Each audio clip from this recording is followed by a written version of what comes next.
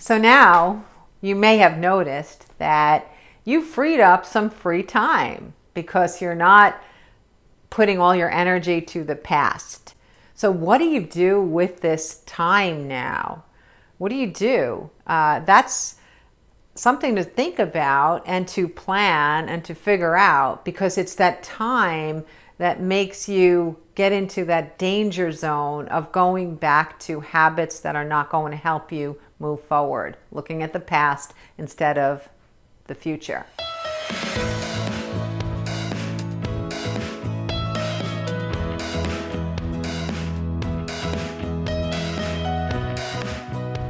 So let's talk about this. I'm going to tell you a quick little story. Years ago, I moved from the first house that I ever bought to another house, a little bit of an upgrade, different neighborhood, and all that. And I was, I was pretty young. I'm pretty young now, but I was even pretty younger. But I remember thinking, as I moved from this house to that house, nobody knows me. I'm going to reinvent myself. Now, it didn't mean I was going to start acting like I was an airline captain or a surgeon or, a dog breeder, because none of those are true. But I said, well, what can I let go of that maybe that's not the impression of who I am? And what do I want to emphasize that I really do think I'm more aligned with? And so I moved with the idea, I am a brand new person, this is a brand new day, and I can be anything I want to be. Now, sometimes I would tell this story in a seminar and, people are thinking I moved from like New York to California or Texas to Alaska. And the funny thing about it is that I moved less than 2 miles away, less than 2 miles. And I succeeded. I moved to that new house and I decided to express myself how I felt it was a better expression of who I was, the best of myself.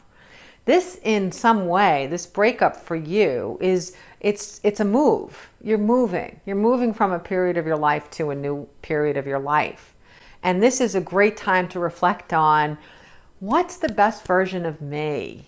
What have I been ignoring or neglecting because I've been saturated in this relationship? What are my interests? What has emerged within me where I'm curious? What are my strengths? What have I looked at over the course of that relationship? And I'm really not that proud of who I was in those particular things. So this is a great time to say, I can reinvent myself and I can truly become the best version of me. And now's the time to do it. So as you can tell, I like lists. There's a lot of reasons I like lists, which I'll talk about. But now write a list of the things that excite you. And I get that you may feel a little suppressed now because you're in that dark space of feeling lost or lonely or afraid. But you still have a memory of your interests. You still have a memory of things that have excited you. You still have a memory of some of the things that were on your bucket list. So start making a list of the things that you're good at, the things that you like to do, the things that you want to do. What do you want to explore? What do you want to create? What do you want to do that maybe you haven't done lately?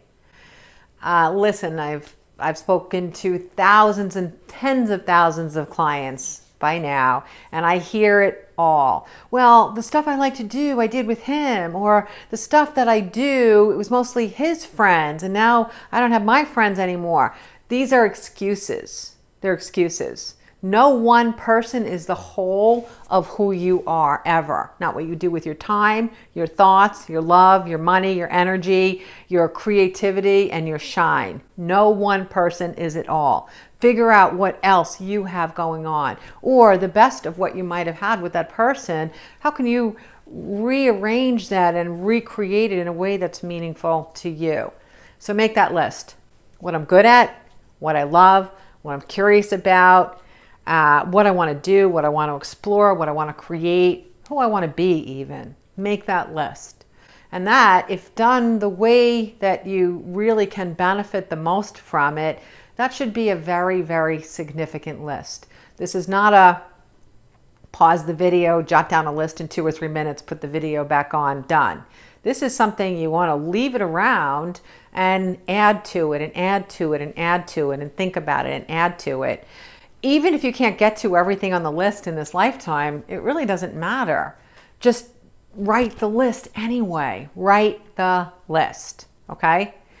So now, as you find that draw toward wanting to suffer, to go and immerse yourself again in the relationship which is now past rather than moving toward the future. Instead of giving yourself permission to pull up that person's social media account, give yourself permission instead to pull up the list you wrote.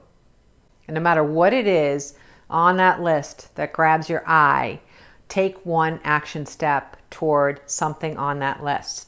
So for example, you might have written, I'm getting more and more interested in organic gardening. Well, it's winter. What am I going to do here in the Northeast? I can't organic garden. Well, let me look into hydroponics. Let me look into growing things. Maybe I'll start with herbs. Maybe I'll start with a little bit of a lettuce garden. Well, boom, before you know it, within a couple of days, you can be beginning an indoor organic garden inside your own living room. So there are always things you can do. The nice thing about having a long list is you let the items grab you. You don't have to work to find things that feel exciting or interesting. So you might scroll one day through it and, the first 6, 7, 8, oh, I can't do that for whatever reasons you think you can't. But all of a sudden it's like, learn guitar. You know what? I actually can do that. My library will rent you a guitar and it will rent you access to videos on how to teach yourself guitar. So I have no excuses, right? Not rent, give to you, right? I guess it's sort of renting, but no money. But there's ways to do whatever does grab your eye. The next step is, in addition to continually looking at that list, find things that just make you happy in the moment, that don't necessarily take a lot of effort. And there's so many ways of looking at it. It could be about pampering. It could be about visiting with others. It could be about trying something new. It could be about being in nature. It could be about, firming up your body or making your fitness program more aligned with the best version of yourself. But there are so many things that you can do and make them a regular part of things that just make you feel happier or stronger or more purposeful or more as though you're moving forward towards something and becoming the best version of yourself. Okay. So for example, I had a client that she's like, all right, well, today I'm going to do 2 push-ups. 2 push-ups. Well, that's impressive. Really impressive. But by the end of a week or 2 weeks, she was doing like 25 push-ups, and then she was doing 50 push-ups.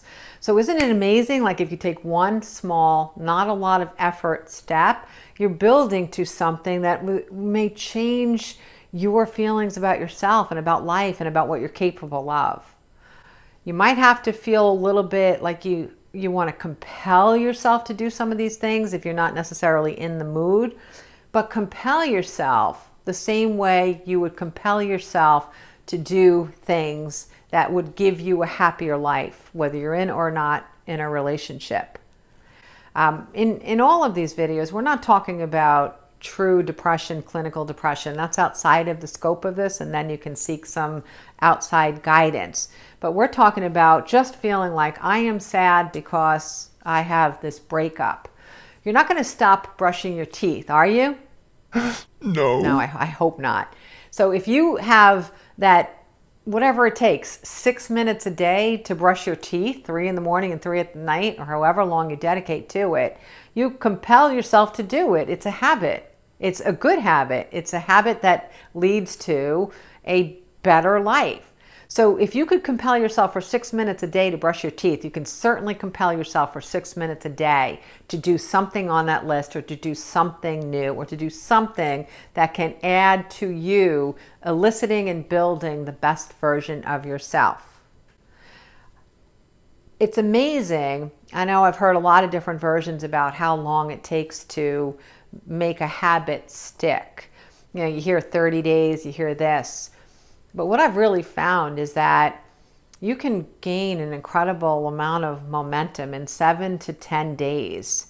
So if you compel yourself to do something that's going to help you to become the best version of yourself for 6 minutes a day for only 10 days, you've got a whole new position in life. And it's amazing how easy it is to add and build onto success rather than starting from no improvement. So that's doable, right? 6 minutes a day for 10 days, totally doable. Here's the good news though. Imagine you went from 2 push-ups to 20 as the metaphor for our conversation. Now, can you imagine how you're going to feel the spark of, if I can do that, what else can I do? I think I'm going to take a watercolor class. It's 6 months, but I think I want to do it. I think I'm going to clean up my resume because I feel the staleness of that relationship is also reflected in the staleness of my career. I'm going to do this, I'm going to do that, I'm going to do this. All of a sudden, you start to get this feeling of, I can do more, I can build more, I can have a lot of input as to what the best version of myself is in moving forward. So the nice thing about this strategy and this approach is not only do you have the time to really build a more meaningful use of your time in making sure that you are reflecting outside of yourself who you want to be and who you really are, but you also are making yourself a magnetic being for a future potential relationship. Because how many movies or sitcoms have we seen where 2 people are on their first date and one person is talking about their ex, right? Recipe for disaster. You might as well just get up and leave right then, because you're really not going to have a second date if you spend the entire time talking about your ex. So life is like that too. If you're filling your time with things that are a true expression of you, of your shine, of your power, of your courage, of your creativity, you've changed the energy of your being, and you're going to start to meet people who are more aligned with who you're choosing to reflect, what you're choosing to reflect outside of you. A lot of times when people are working with me and asking, how do I attract in a meaningful romantic relationship, one of the first things I remind them is to be 2 things. It's really this simple. And what are those 2 things? Be interesting, meaning you have hobbies and pursuits and areas of your life that are meaningful to you and interesting to you, and also be interested. So show that you really care about the other person's life. Listen more and talk less. Let them ask questions when they're truly interested in your life. By being interesting and interested, you have the dynamic of being a magnetic energy for bringing someone in that you can create your next meaningful relationship with, and potentially even the one, if that's the way that you would like to think about it. Be interested and be interesting. People don't really love for very long being with someone who has no interests or is incredibly mopey or complaining or pessimistic. So this whole thing will help you to shed any of that stuff that may make you yourself feel like, I don't feel like hanging out with myself because this is a real drag. When you are engaged in the world, when you are engaged in being your best version of yourself, when you're engaged in life, you become a person who someone would want to have as a happy addendum to the happy life that they are already creating. No one is the second part of you. You are whole. No one is another half to you. Make yourself such an interesting whole that someone else sees you as an interesting component to the happy life that they are already creating.